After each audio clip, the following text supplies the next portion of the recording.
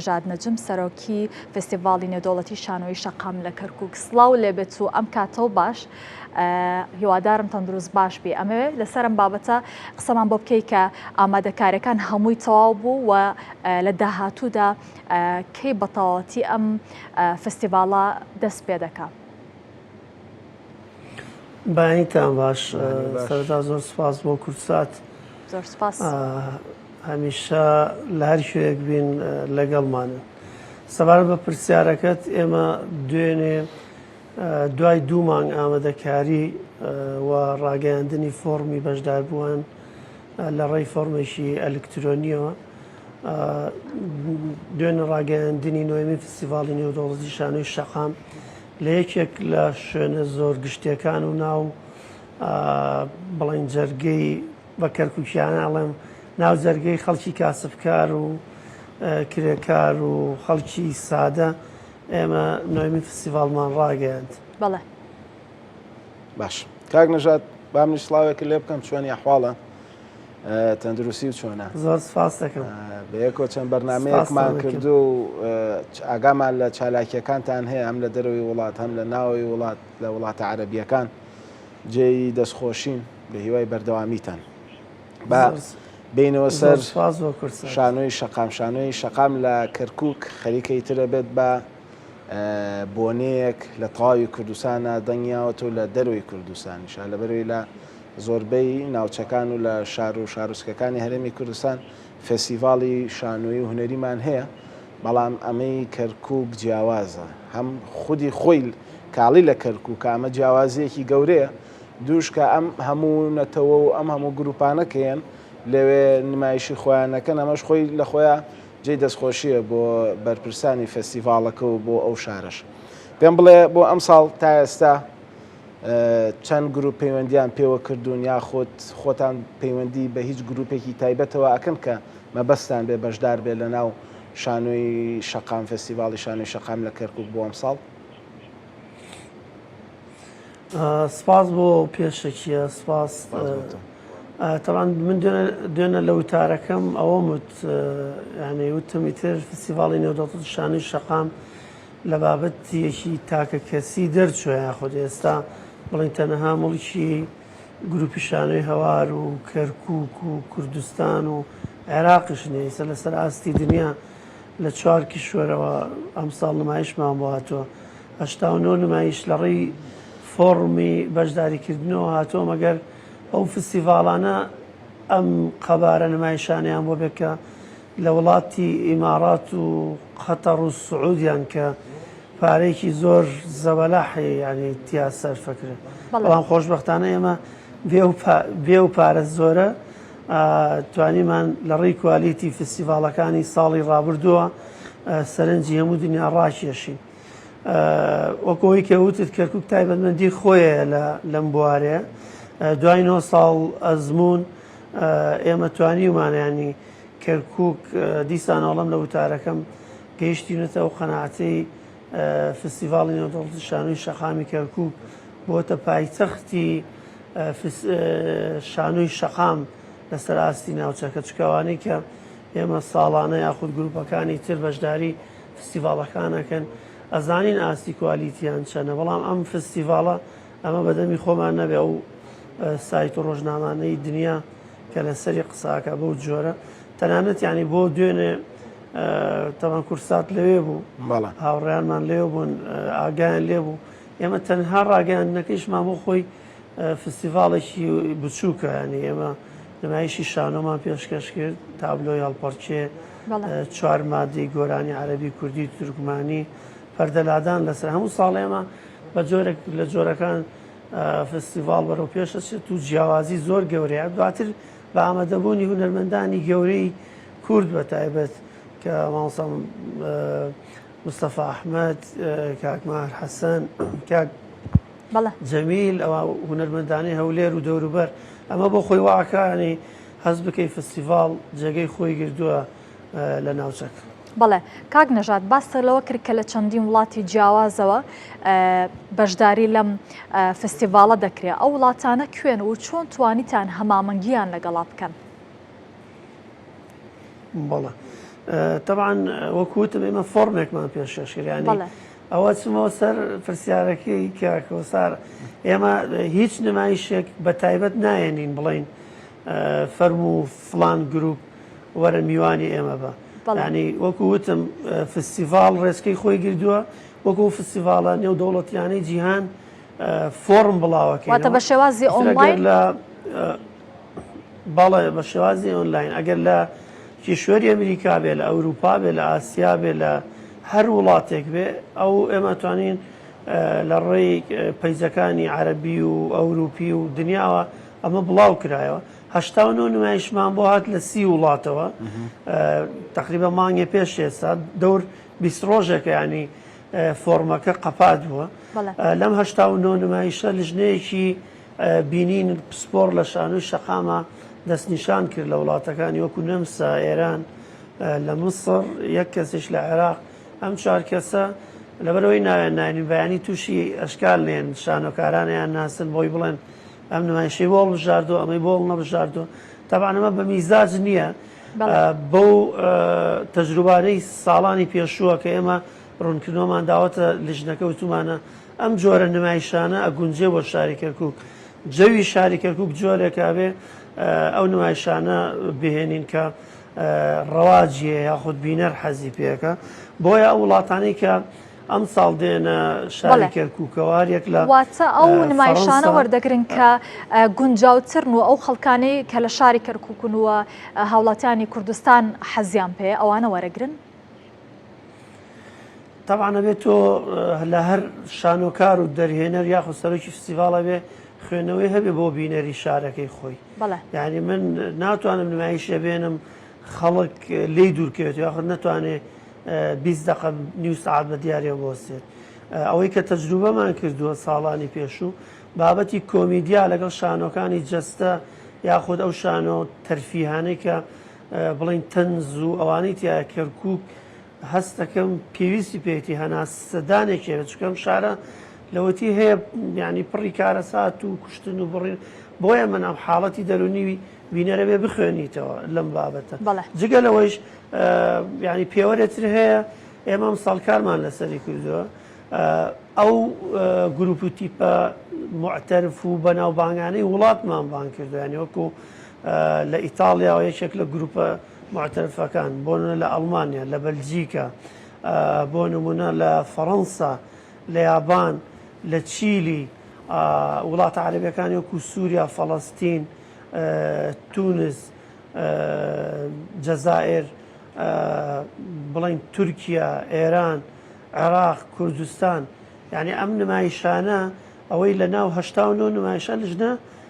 20 نمایشی هەڵبژار یان سەیکە پێوەرەکە یاخود ململانەکە چەند قورسە لە 89 نمایشە تۆ دەستی نیشانی 20 نمایشکەی ئەمە بۆ خۆی کوالیتی فستیڤاڵەکە دەرەخا کە چەند بەرزە باش کاک نەژات ئەم ساڵ تۆزێک بەشداریکردنی گروپە کوردیەکان یاخۆ شانۆی کوردیەکان تۆزە کەمترە لە چاو ساڵانی ڕابردووە بە پێی ئەو زانیاریانەی کە هەیە لە سێ چوار گروپ تێ ناپەڕێ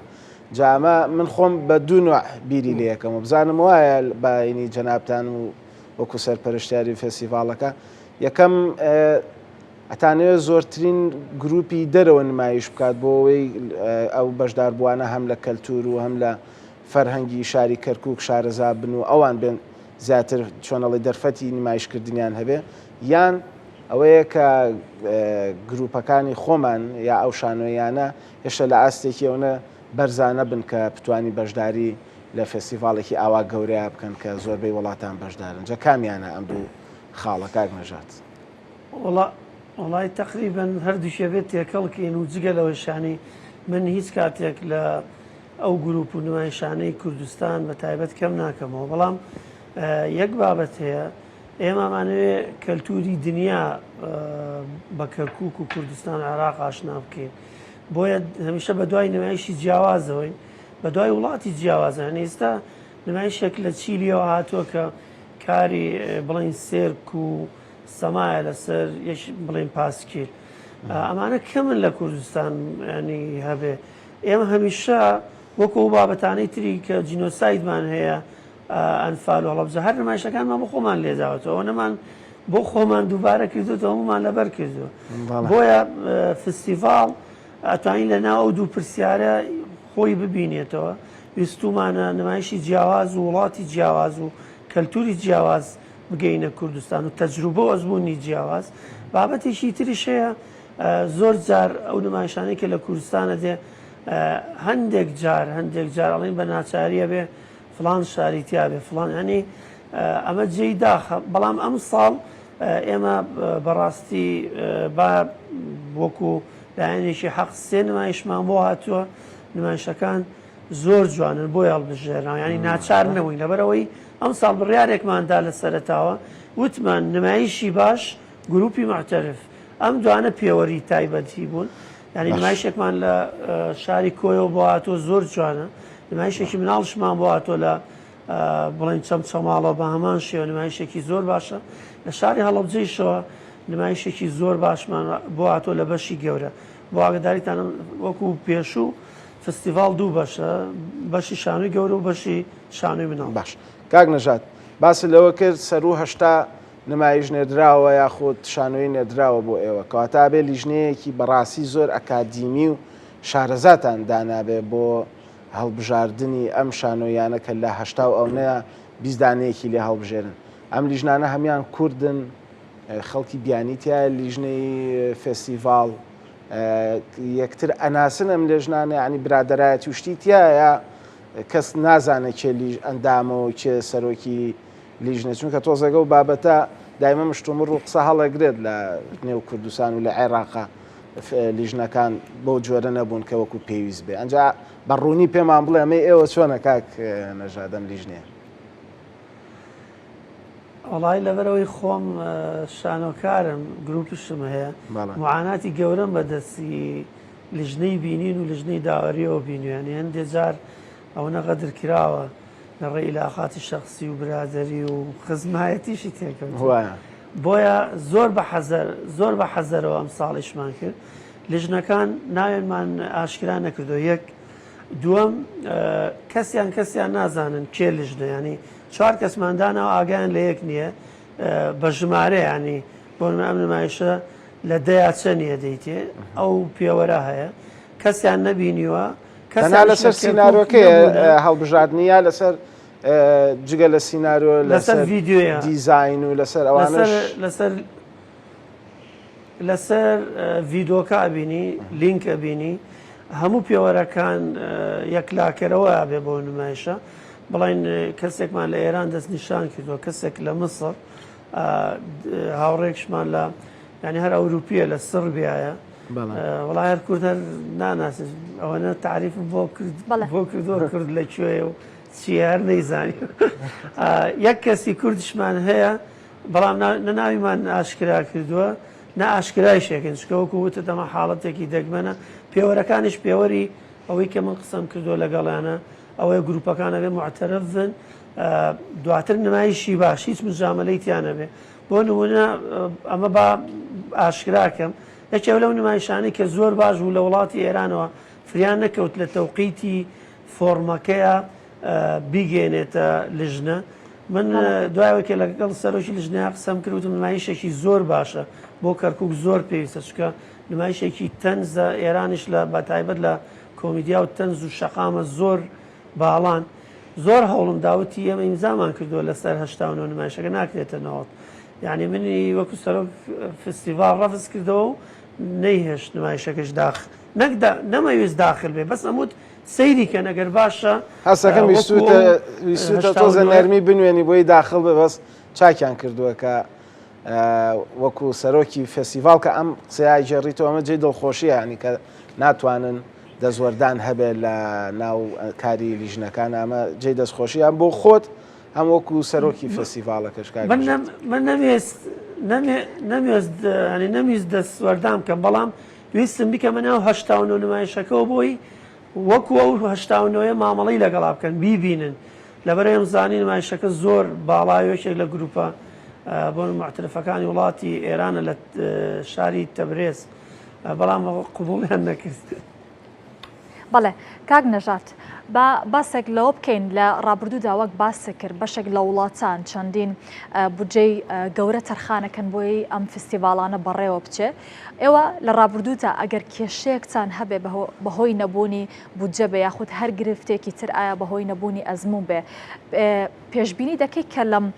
خولەی نوێیەمین خولی فستیڤاڵی نێودەوڵەتی ئەم جارەیە ئەم گرفتانەتان نەمێنێ؟ وڵی ڕێک بە پێچەوانەوەی قەدەوە نێم جارە نەترساوم لە بودجەکە و لە پارەکە لەبەرەوەی بەڕاستی نە حکوومەتی عێراق نە حکوومەتی هەرێم ئامادەیان دەر نەبڕی چونکە ئێمە لە ڕێ وەزارەتی ڕۆشنبیر حکوومەتی هەرێمی کوردستانەوە کاک حەما وەزیر ڕۆشنبیری زۆر بە دڵسۆزانە ماوەی یەک مانگ ئێمە میزانیەمان نووسی خۆی ئیمزای کرد ئاراستی وەزارەتی دارایی کرد لەگەڵ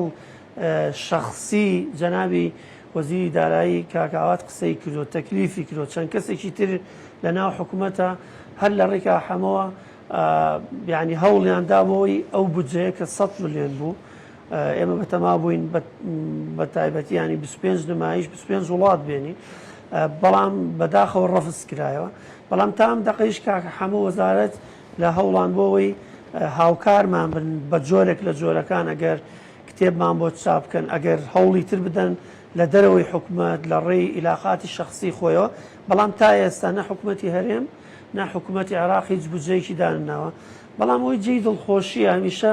کەرکووک زۆر جیاوازە من زۆر قسەم کردووە بەتایبەت لە کورسات کەسێکەیە لەم شارە کە ناوی کاگاسۆ مامندا ینی قەت ناڵێ تووشی ئەحراجی و تووشی کێشە و گرفت بی ئێمە دوابەدوایەوەی کە بێئەمەل بووین لە حکوومەت و وەزارەت لەبەرەوەی ڕاتب نییە چونە لای کاکاسۆ ڕاستە و خۆ ئەوت ێبێ فستیڤالەکە بکرێ واز لەوە بێنە کە ناکرێ بەڵام هەوڵ دە شەڕی کەیتەوە شتی باش بێنە بەڵام کەمی کرد ئێمە ساڵی پار 300 میوانمانە بوو 24 وڵات ئامادە بوو ئەم ساڵ هەستەکەم یعنی تەجروبەیەکی باشترە گروپەکانمان کەم کردوێتەوە بەڵام نمایشی باش ئێستا کاکاسۆ وەکو بە چاودێری جەنابێتی بەڵام لە پشتی ئەمەوە هەر لە ڕێی هەوڵەکانی کاکاسۆوە جەنابی ڕێبوار پارێزگاری کەرکووک هاتۆتە ناو بابەتەکە و کا خالی شوانی وەکو وەزیری داد کاک شاڵاو مەحەممەد تەنانەت بابەتەکەمان لە ڕێی کاکە هەمۆ گەیشتۆتە لای کاخوبات کە ئەم فستیڤالە بودجەی نەقسە چکە ئێمە زیاتر لە 25 تکتی تیارەمانەیە تقریبا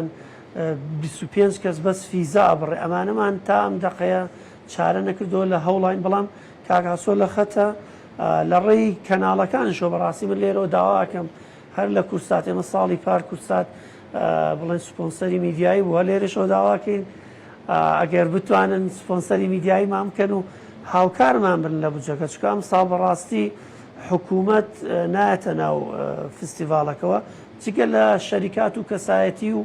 بەڕاستەکەیش بڵین کەسی یەکەم یەکێتی نیشتیمانی کوردستانە لە بابەتەکە هەندێک شوێن وەکو زانکۆی کتاب کاکی یاخوب ئەمانە هاوکاری جددیمانەکەن ئێڤریدەی بڵین مەحەد ئەهلی ئەمانە لە پشتەوەی کارەکەن بەڵام داوا لە کورساتەکەی نەگەر بێنە ناو کارەکە و سپۆنسەری میدیایی و هاوکارمان بن لە هەنێ بابەت کە ئەتوانن ئاسانکاری بێ بۆ فستیڤال بۆ نمونە مەسلەی شاشەیە دەنگە ئینارێ ئەمانە کورسات لەوەی بتوانێت هەم سپۆنسەرێکی کە پێشتر تەجروبەمان هەبووە ئێندە راپۆرت و ڕاستەخۆی جوانی کردووە دەنگدانەوەی گەورەی کردووە بۆیە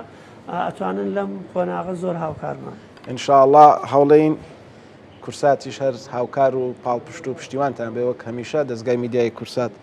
لە خەمی هونەرمەندان و کاری هونەریایە بۆی باشترینەکان پێشکەش بکردن جەبا من زانیارێکی تریشە بەمێ کاک نەژات هەر لە ڕێگەی کاکاسۆ مامندەوە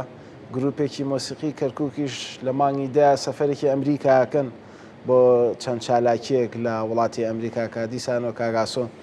دەسی نەناوە بە ڕوویانەوە لێرۆجێی ڕێز و سپاسە کاگاسۆ بۆ هەوڵەکانی بە تایبەت من باسی هونەرەکەم یعنی چونکە خۆم کەسێکی هونەریم حەزەکەم ئەوەی کە ئیشی هونەریەکە هەموو بەرپرس و مەسئول و حکوومەت و وەزارەت هاوکار و پشتیوانیان بە بۆی بتوانە هونەرەکەی بگەێنە بە تەواوی دنیا نەک لە شارەکەی خۆیان بمێنێتەوە قەتیس بکرێتەوە. کاک نەژات تۆزێک با باسی بابەتەکانی تری ئەم فستیڤالەش بکەین، ینی جگە لە لایەنە هونەریەکان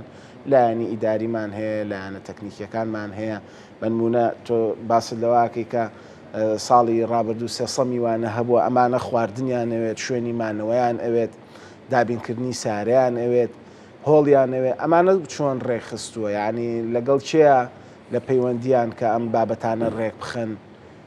بۆ ئەوەی کەم و کوڕی نەبێ. ینی خۆ فستیڤال تەنها ڕاست بۆ لایەنە هونەرەکەی، بەڵام ئەمەش بەشێکی گرنگە لە نێو فستیڤالەکانە. وڵا بە تاکید، بەڵام پێشەوە من یەک دواتر لەگیر مەچێتەوە با ینی وەکو حەق بەڕێز کاک دێرین وەکو بەڕێوەبەری کورسات بیرمانەچێ ئێمە هەر لەم ساڵە بە سپۆنسەری ئەو چوینە تونس، ینی تەنانەت هاوکاری مادی تکتی تیارەوە ئەوەی کرد بۆیە لێرە داوای لێکم، چونکە لێ ڕابینین کە چەند دڵسۆزی کەلتور و هونەرە بێتە ناو فستیڤالەکە. ئەمە بابەتێک. دواتر مەسەلەی کاکاسۆ ئەوە بابەتێکی ینی کراوەیە، هەموو خەڵکی کەرکووک ئەزانێ قەت دەست ناکاتە ڕووی هیچ کەسەوە کارێکی هونەری بە تایبەت کەلتور.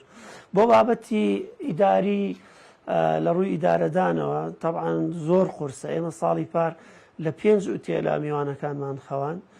چێشخانەیەکی زۆر گەورە ینی کاری بۆمانە کرد. بەڕاستی ینی بودجەکە ساڵی پار زۆر باش بوو، توانیمان زۆر بە باشی مامەڵی لەگەڵا بکەین. ئێستا ترسەکە لەوە ینی بودجەیەکی 100 ملیۆنی کە پارەکە ئێمە کاریمان لەسەری کردو و زۆر بە باشی و هەمووی بە کوالیتی لە ڕووی خواردن و ئوتێل و هات و چۆ و تکتی تیارە، بەس تکتی تیارە لەوەیە 20 میلیۆن ڕۆیشت بێ. ئەم ساڵ ئەو 100 میلیۆنە بووەتە 30 میلیۆن، ینی تۆ بێ مامەڵە بە 30 میلیۆنەوە بکەی لەگەڵ چەند سپۆنسەرێک بۆ نمونە هاتوونەتە پێشەوە مەسەلەی خەڵاتی ئاڵتوونی و ئەوە. یەکشت هەیە دوێنێ تەبعاً نەمانویست لە ڕاگەاندنەکە بڵاوی کەینەوە بۆی ئیعلام ببێتە مفاجەئە بۆی، بەڵام کورسات هێندە هاوکارە هێندە لەگەڵمانە. من ئەلێرەوە دوێنە لە ڕاگەاندنی ئڤێنتەکە بڵاومان نەکردەوە. ئێمە ئەم ساڵ 5 هونەرمەندی زۆر گەورە دێنە کەرکووک. من لە کورسات و ناوەکانی هەڵێم دوێنە لە ڕاگەاندنی هەموو کەناڵەکان ناومان نێنە. تەبعاً هەر بە ئەم قەستیش بوو کە ناومان نێنە، ویسمان وەکو تەرویجێک یاخود دەوڵەمەندکردنی فستیڤال لە ڕووی سپۆنسەر و لە ڕووی گەورەکردنەوە ویسمان نزیکەینەوە. بەڵام کورسات هەمیشە دەست پێشخەرە بۆ شتە باشەکان. ئێمە هونەرمەندی زۆر گەورە و دیاری وڵاتی ئێران کە لە سینەما و درامایە